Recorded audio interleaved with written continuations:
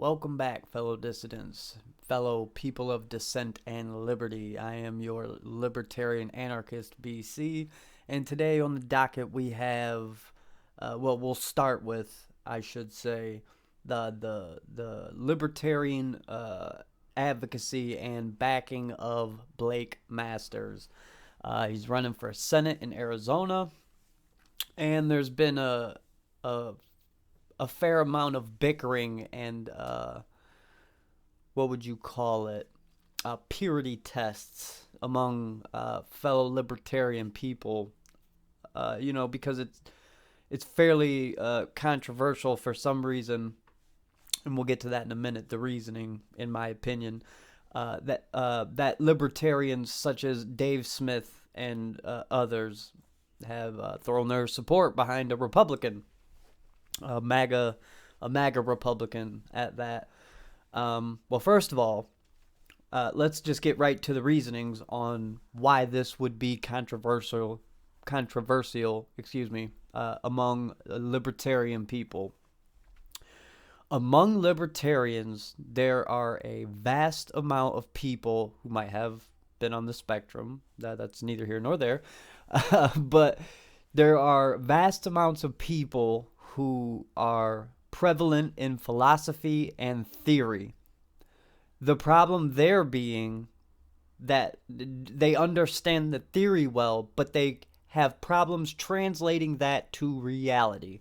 Now, in reality, we have a Leviathan government that is in a fascist cooperation with corporations, and they are devouring our liberty. And some people have a difficulty understanding that there are libertarian people who understand theory just as well, if not better. In Dave Smith's case, I would arguably say better than some people that are engaged in political action. Now, I lean towards the agorist and gray and black market type of actions. I don't register. I don't vote. I believe personally, I'm of the opinion that engaging in the system just so happens to legitimize that system, and we need to spread ideas and blah blah blah. My opinion is irrelevant, but I'm just letting you know where I stand. I don't vote. I don't believe in democracy, and I do believe that voting is just legitimizing the system, and that we need to essentially be agorists and try to advocate and show the benefits of agorist actions. So, but nevertheless, there are people like the Free Staters and the Mises Caucus led Libertarian Party now that do engage in reality, and in reality we have a polity with democratic representation. Okay, so some people seem to have this purity test that if you're going to engage in the polity in American politics, that you have to be a pure libertarian, and unless they have a libertarian party backing, or they're of the Libertarian Party, then you cannot vote for them. They have to be a libertarian, a pure libertarian, an anarchist libertarian, and anything else is just atrocious. Now, this may be an unfair caricature for a majority of people, or maybe not. I don't know what the anecdotes are, or what it actually amounts to in a percentage-wise or whatever, but there are a vast amount of people who live in Ancapistan in their head. And, the controversy started, I don't know where it started, but, I mean, Blake Masters has been on Ron Paul's Liberty Report. He's been on Dave Smith's podcast, Part of the Problem. And honestly, in my opinion, when it comes, it's like we're not allowed to. This is why I have so much trouble trying to educate people on libertarian philosophy, because they get into the philosophy of it, and it's coherent, it's cogent, it's coherent, it makes sense, and people understand how it relates to the the liberty that we have had in a historical precedence in this country. But then they get involved in the libertarian movement, and there's an automatic purity test that these Ancapistan in their head type libertarian types give them. And if you're just new to the philosophy, or you're just dipping your toes in to see what it feels like the other two parties anyways. Because if you're a liberal Democrat or a progressive, or you're a Republican or a conservative, or a MAGA Republican, whatever the case is, if you don't adhere to the party and their ideological stance, then you are disbanded. Now, there's rules and exceptions. The left, it is the rule, and there are certain exceptions. On the right, it tends to be, there are exceptions, and the rule is that they're accepting most of the time, as long as you agree for the most part. This idea of left and right, if you go back and listen to the podcast that I'm doing, a live reading of For a New Liberty, the historical context and contemporary context of left and right is a completely different paradigm. And they keep people in these ideological boxes, whether you're libertarian, liberal, or conservative, it doesn't matter.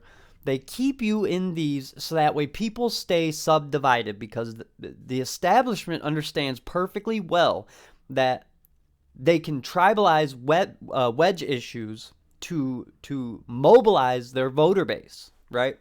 So long as we have the dual party establishment, and should you espouse any ideas that don't fit within the ideological spectrum and argue with inside the ideological spectrum, then you're cast aside as fringe or nonsense or whatever. And this is the ultimate thing that libertarians, and the reason why I hesitate to even call myself libertarian. I am in fact a libertarian. I am a libertarian anarchist. I am an anarcho-capitalist. This is the philosophy that I espouse. I lean agorist, agorism being operating inside of gray and black markets and subverting the state in every way possible. That's a vast simplification, but that's essentially what it is. I lean agorist, but they keep you inside of these subdivided boxes, and then they relegate you to the fringe should you venture outside of those boxes. Well, I live inside of the fringes, what they would call the fringe. Most everybody considers, in contemporary context, a libertarian anarchist to be extreme far right wing, right? Which often gets conflated with fascism, because the far right ideological spectrum in today's politics, if you ask just regular people who just dabble in politics, far right is equated with fascism, which is actually kind of interesting, because fascism is the dual corporatist government intertwining.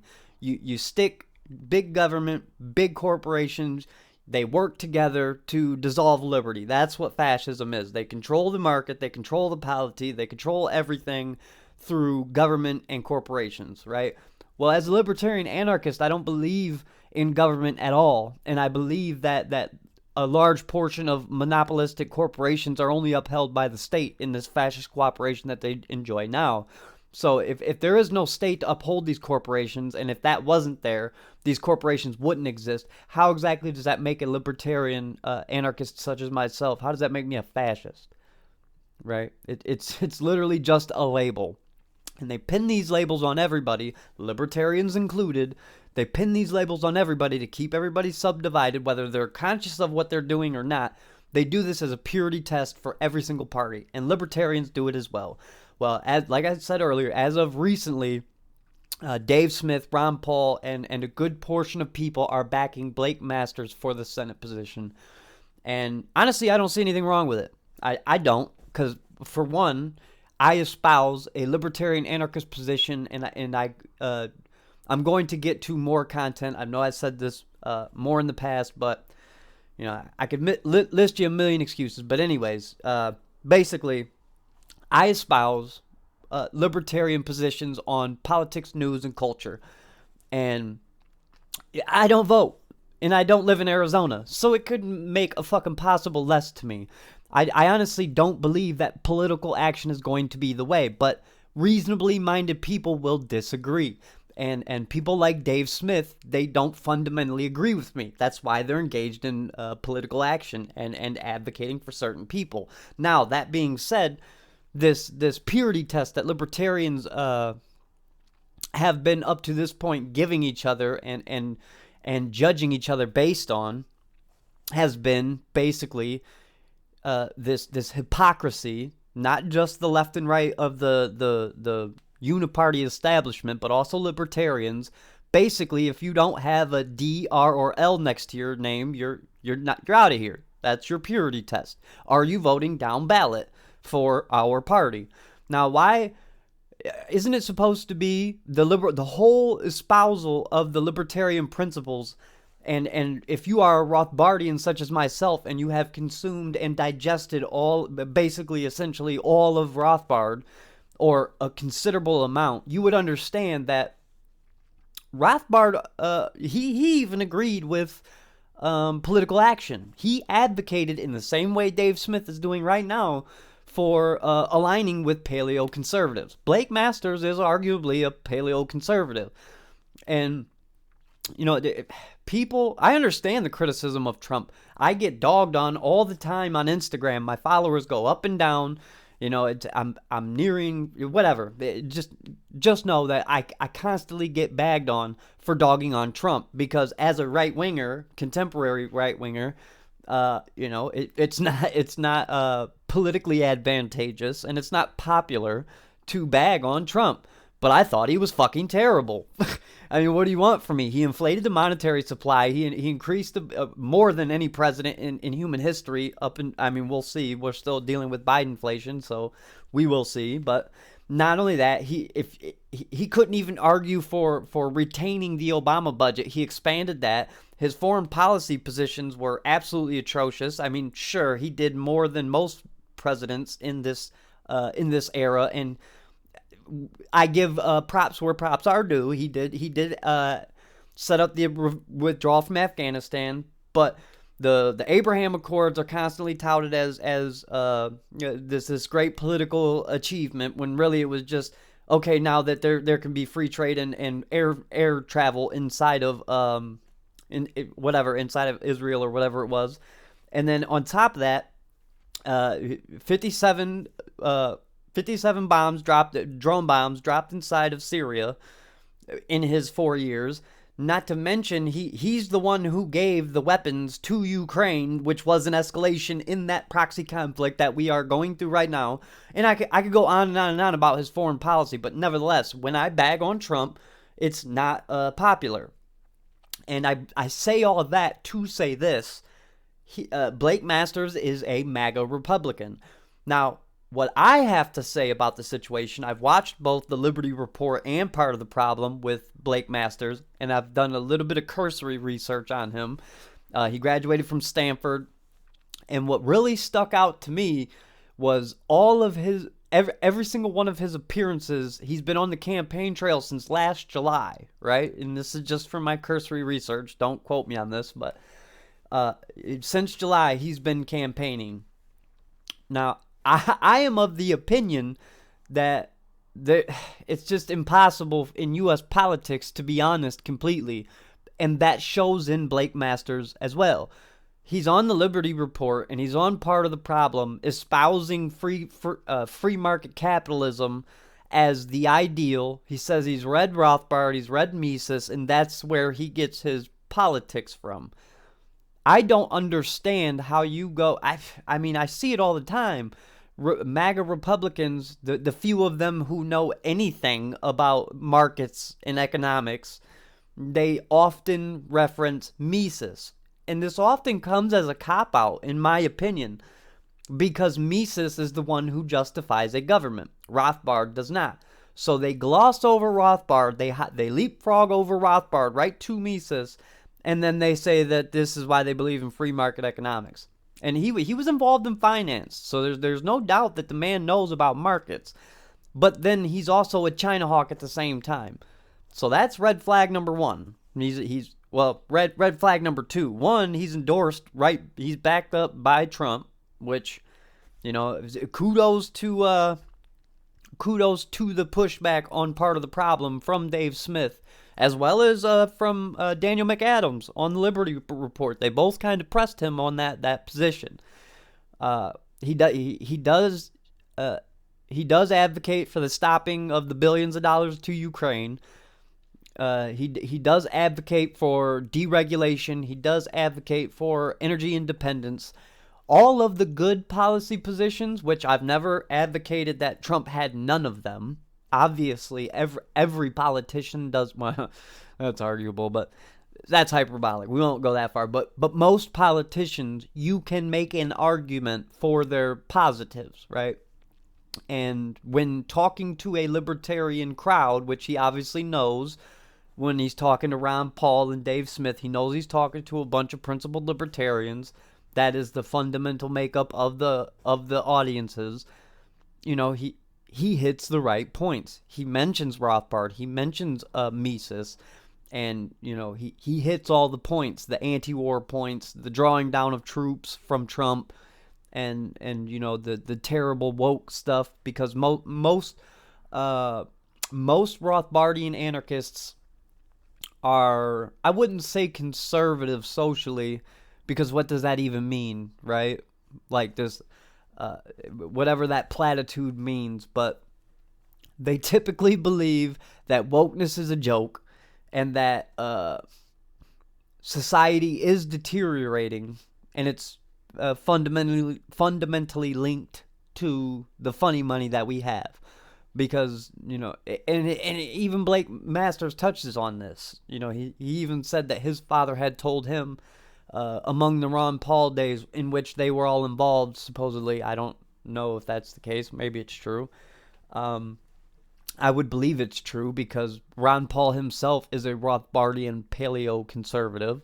So I could believe it. But he even says that, fundamental money, honest money, will help facilitate an honest society. And without honest money, you can't have an honest society, because it ultimately breeds corruption, and this is how we've gotten to where we are. So he's fundamentally on point with most of the I see why libertarians are backing him.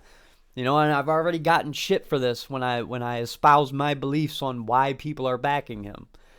And people have to understand that there is a difference between For a New Liberty and reality.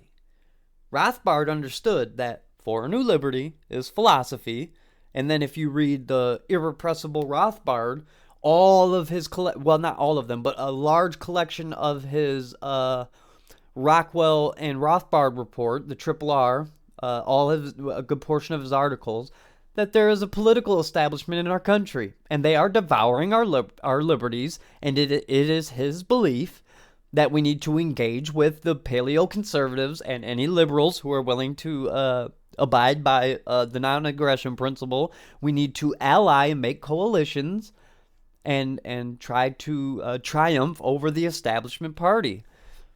I this is what's crazy. It's like I can be a Rothbardian and disagree with Rothbard. Crazy. Right? Crazy idea. You disagree with somebody reasonably. This is the problem with the Libertarian Party. This is why I don't register as a Libertarian. This is why I don't vote as a Libertarian. This is why I don't call myself publicly a Libertarian. When people ask me what is my political affiliation, I'm an anarchist. I don't even have to say I'm an anarcho-capitalist. I just say I'm an anarchist. I do not believe in the state, and there's nothing that the state does that can't be capitalized by the market and done more efficiently and productive. And you can take it from there. It's all application after that. Don't hurt people, take their shit. We can go from there, right? But not everybody believes that. So when you give them this initial purity test of how libertarian are you, you automatically lose 99% of the polity. Not everybody believe, like some people are reasonable. We see that the paleo conservatives and the MAGA Republicans, they are sympathetic to our worldview. They still believe in government. Blake Masters believes in a strong military. He just believes it should be for defense. I disagree with him fundamentally, but I would much rather have a government who only has a defensive military rather than one that engages in imperialist militarism and inventorism, right? So I don't agree with voting. I don't agree with legitimizing democracy. But the libertarians who do, I'm not going to stifle their political action because I don't 100% align with their worldview.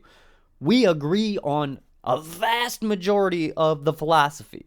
We just disagree on strategy. And until libertarians can figure out that dichotomy between the two, you're going to see this hypocrisy that we see now. Nobody is fully libertarian. I talk about American politics.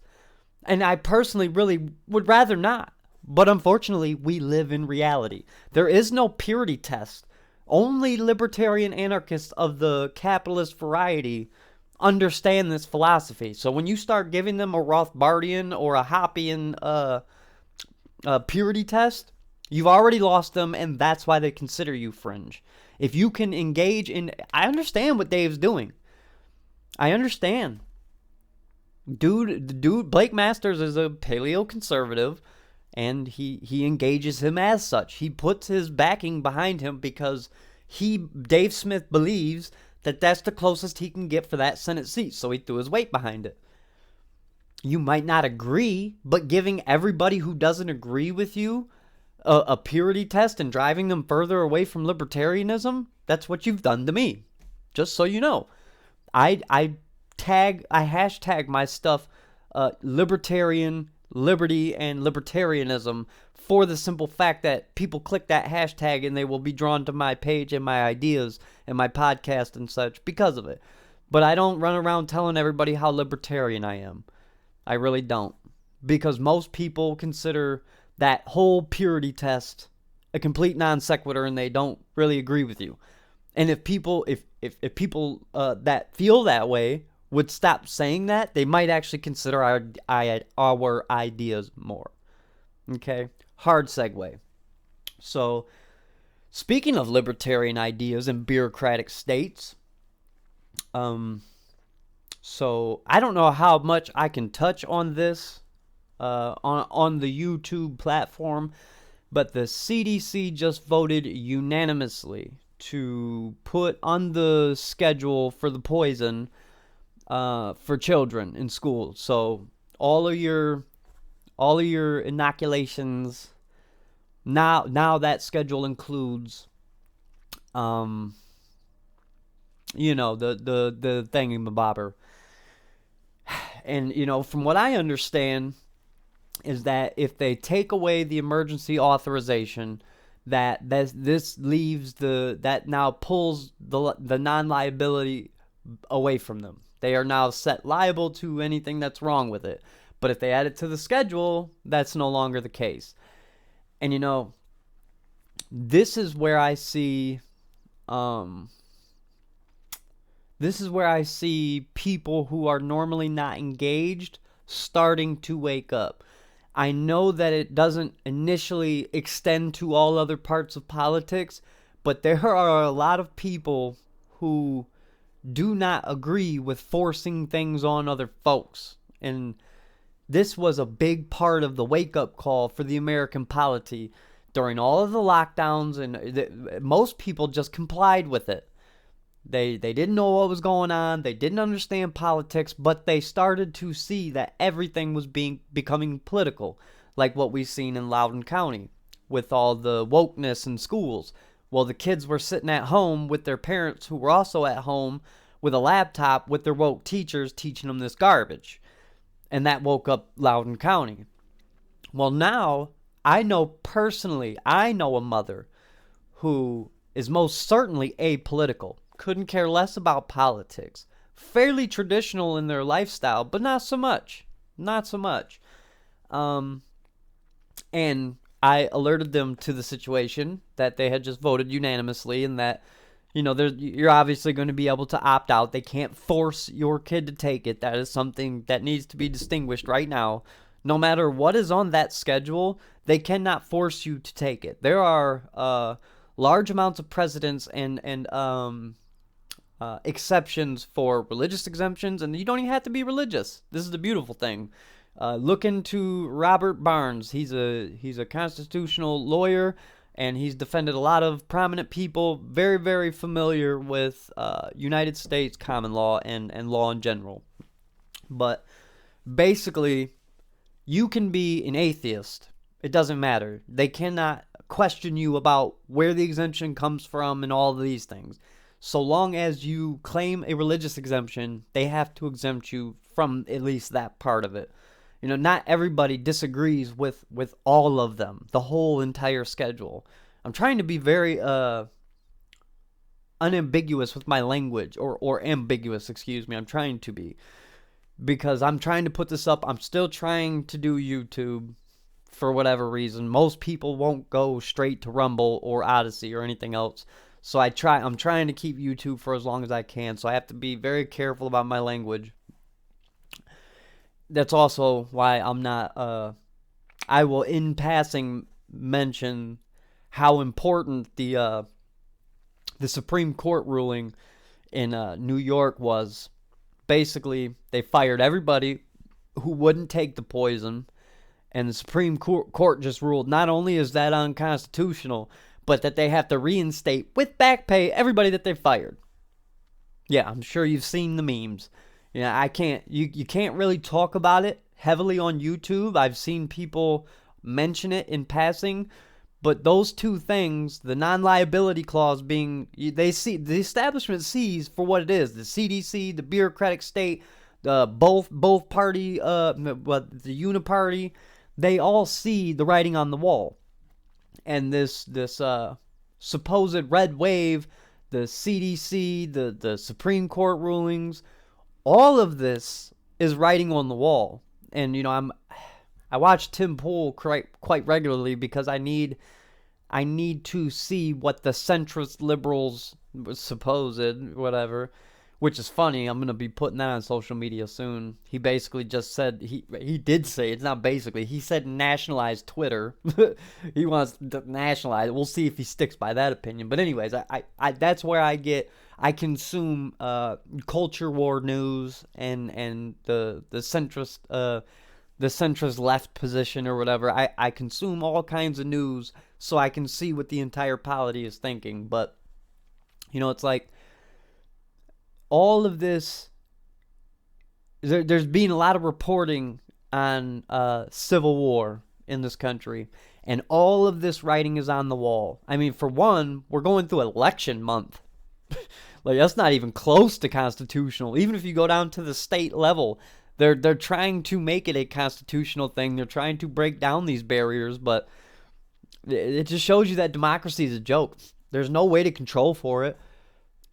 And it's like, I would have to agree with Tim Pool in the fact that if there's going to be an election day, it should be a federal holiday. Everybody should get the day off, and you should be able to vote if you so choose. The rest of us will just get a day off, whatever. But this idea that we're going to have election month, like that's just a thing now, if that doesn't show you the deterioration of this country, I don't know what else does.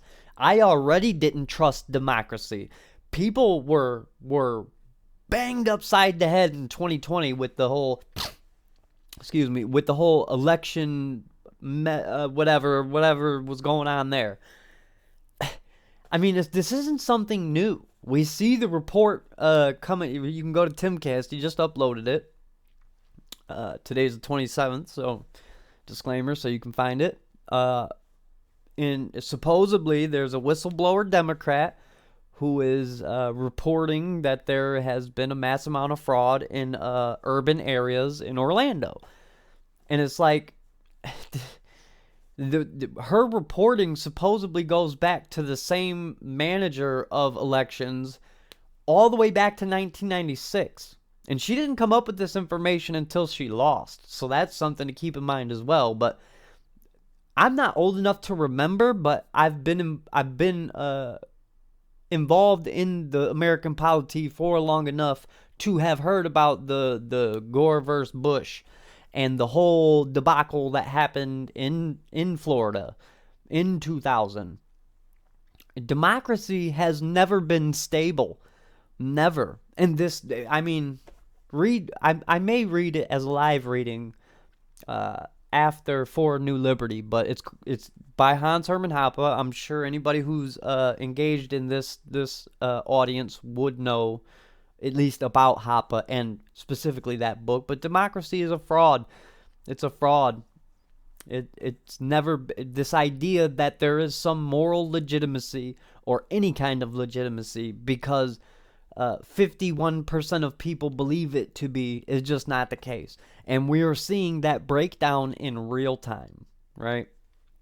And that's why in the Constitution, I mean, people who are staunch constitutionalists are very rarely that when it comes to politics. But the Constitution, one amendment and two amendment, right to free speech, civil discourse, and freedom of speech and all that good stuff, and the right to bear arms. There's a reason why those were the first two, right? But free speech is supposedly a huge tenet of democracy. Now, first of all, that's all bullshit. Free speech can be linked to private property rights, like the screaming fire in a crowded theater. Now, they've got all types of legal precedents and common law that makes it how they define that. But it can all be tied to private property rights. It doesn't have to be this supposedly objective when it's actually subjective law. Say somebody screams fire in a crowded theater, just a random patron.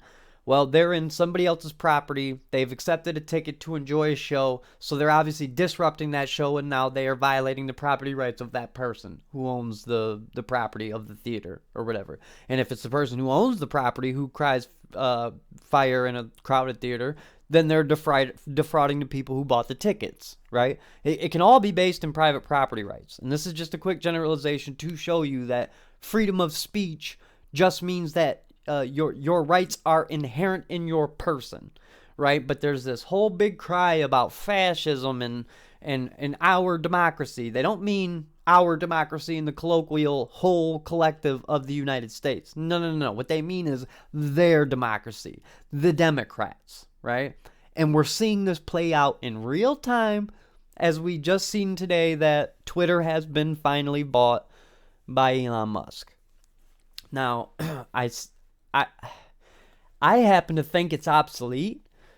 I don't think maybe he gets a subscription service or he manages to rehabilitate the reputation of Twitter and it becomes a profitable enterprise. He said he was going to fire 75% of the people, but some of what I'm reading is he's backtracked on that. We'll see. But I don't believe that social media, especially in the conglomerate Meta and Twitter, I don't believe that that's the future of civil discourse. It's not actually free. I mean, most people sign away their privacy to these conglomerate corporations. They are the product. We are the product. That's why I don't scroll through it endlessly. It's terrible for your brain. It kills your what would you call it? Your attention span. Forgive me. It's just everybody knows that social media corporations, they don't have our best interests in mind, and they are extorting our attention as an economy. It's an information economy, but they're providing an influx of disingenuous or misinformation to keep people in a certain state, divided, enraged, polarized, right? So I don't agree that these social media companies in their current form is in any way good for our social fabric at all. So this idea that the right-wingers have that he's going to come in and he's going to save free speech, there's only like 2 million daily users on Twitter. And he tried to back out of the deal because a majority of it's bots. That hasn't been proven yet. That's my conjecture and opinion. But this idea that one man's going to come in and save civil democracy, It's absurd, and even some right wingers are buying into it. I don't understand it. I mean, it's interesting. It's an interesting thing. That's why I'm reporting on it right now. I'm discussing it, but it's only because of the entertainment value, really. Hopefully, he does bring free speech back to it. I would love to have a platform where a majority of people engage in political discourse, and I'm allowed to say stuff that where I don't have to censor myself.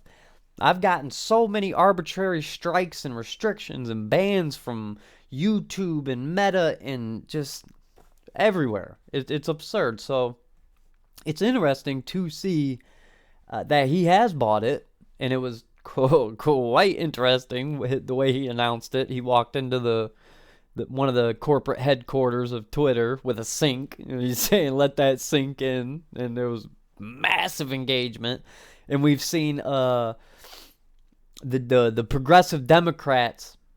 It's going to be oh so interesting watching them switch from the libertarian argument that it's a private company and they can do whatever they want, right? While they have controls of the ban hammer, right? And then when it switches over, they've already started what's it called? Tribal, I believe, and it's spelled funny. There's like 50,000 downloads or something like that, where a handful of progressives have abandoned Twitter, and they've already got an app set up, and it's from what I understand, there's an algorithm that bans disinformation, which is anything right wing essentially. But yeah, so it's an interesting time in this country to see libertarian infighting, which that has always been there. I believe it was Lou Rockwell who coined the term regime libertarians, and that is your Nicholas Sarwark. You want to, if you don't know who that is, or you want to see what that kind of libertarian looks like, there's a debate hosted by Gene Epstein. Just look it up. It's called I forget what the title of the debate was, or the question of the debate was, but it was Dave Smith versus Nicholas Sarwark. You can look it up. This is regime libertarians, and he's of the position that Dave Smith has a purity test, which is actually what he has, and his purity test is you gotta vote for the libertarian no matter what, right? And this is the regime libertarians. They pretend to be centrists. They pretend like they want some kind of decriminalization of drugs, and they're the reason for the caricature of libertarians being pot-smoking Republicans, essentially, because they align with the establishment to hold their little weensy bit of power, and that's why they've just gotten thrown out by the Mises Caucus, because people wanted to engage in libertarianism, essentially in political action. Not folks like me, but I follow everybody in the Mises Caucus. I agree with the Free Staters. I just don't. I will advocate. I will highlight these things. I just don't engage in it personally because I don't agree that it's going to work. Maybe I would love to be proved wrong. Prove me wrong. I'll keep highlighting it. But obviously this Ancapistan in your head libertarian thing, whatever it is, this purity test is still in effect. Because people are dogging on Dave Smith for backing a paleocon. And I don't engage in democracy, but I understand what he's doing. Is it really that hard to understand the reasonableness of disagreement? I don't know. But yeah, so you got that.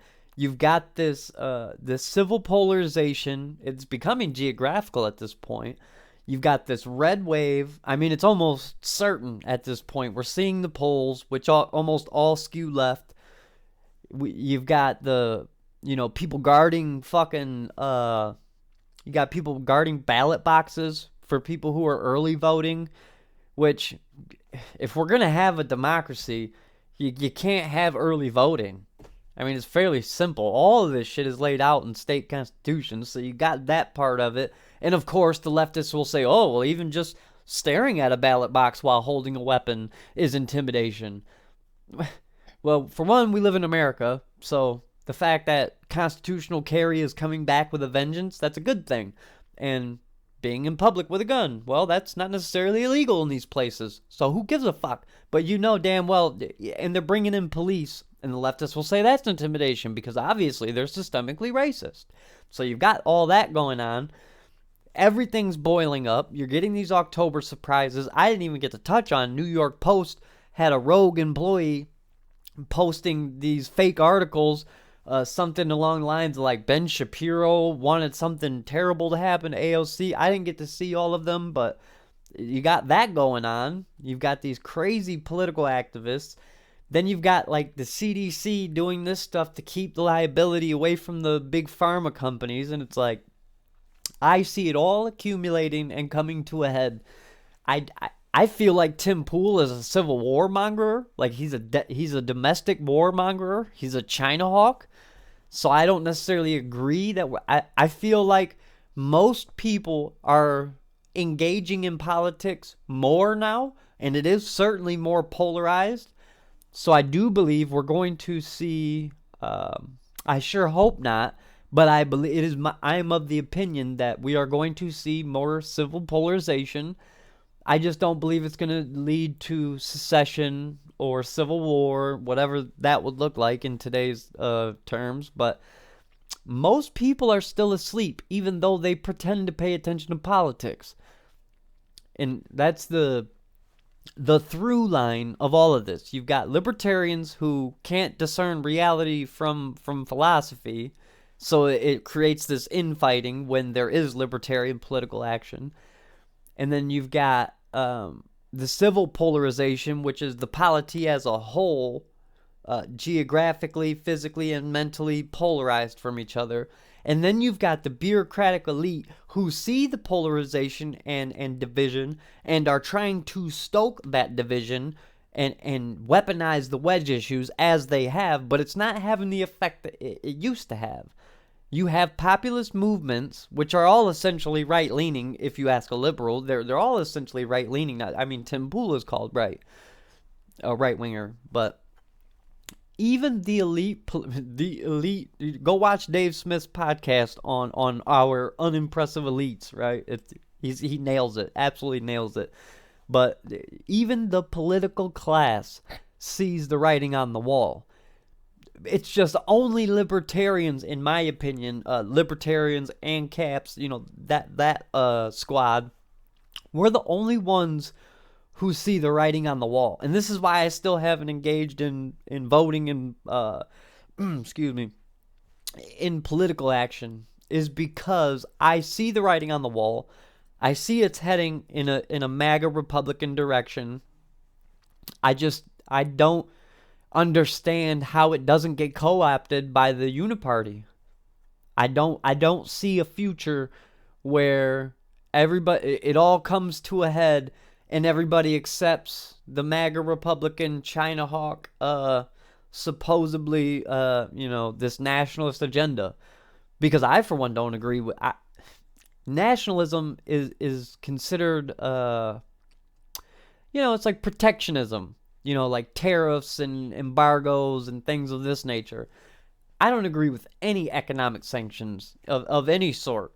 And I understand how they distort the market. And until we fundamentally get sound money, we're never going to have a decent polity in this country. But I don't have the ego and hubris to say that I know that's something's going to happen specifically, whether it be civil war or vast polarization or otherwise. But nevertheless, you got libertarian infighting, bureaucratic establishment, and the elite political class arguing for things that shouldn't even be a thing, such as the schedule for poison. And then you've got the mud democracy that is supposedly going to fail because a billionaire bought it. Nobody had this kind of objection when Jeff Bezos bought the Washington Post, but now all of a sudden they see the fascism. Kind of funny, isn't it? Anyways, I'll leave you with that. By all means, if you like this content, please like, share, subscribe. Catch you on the next one.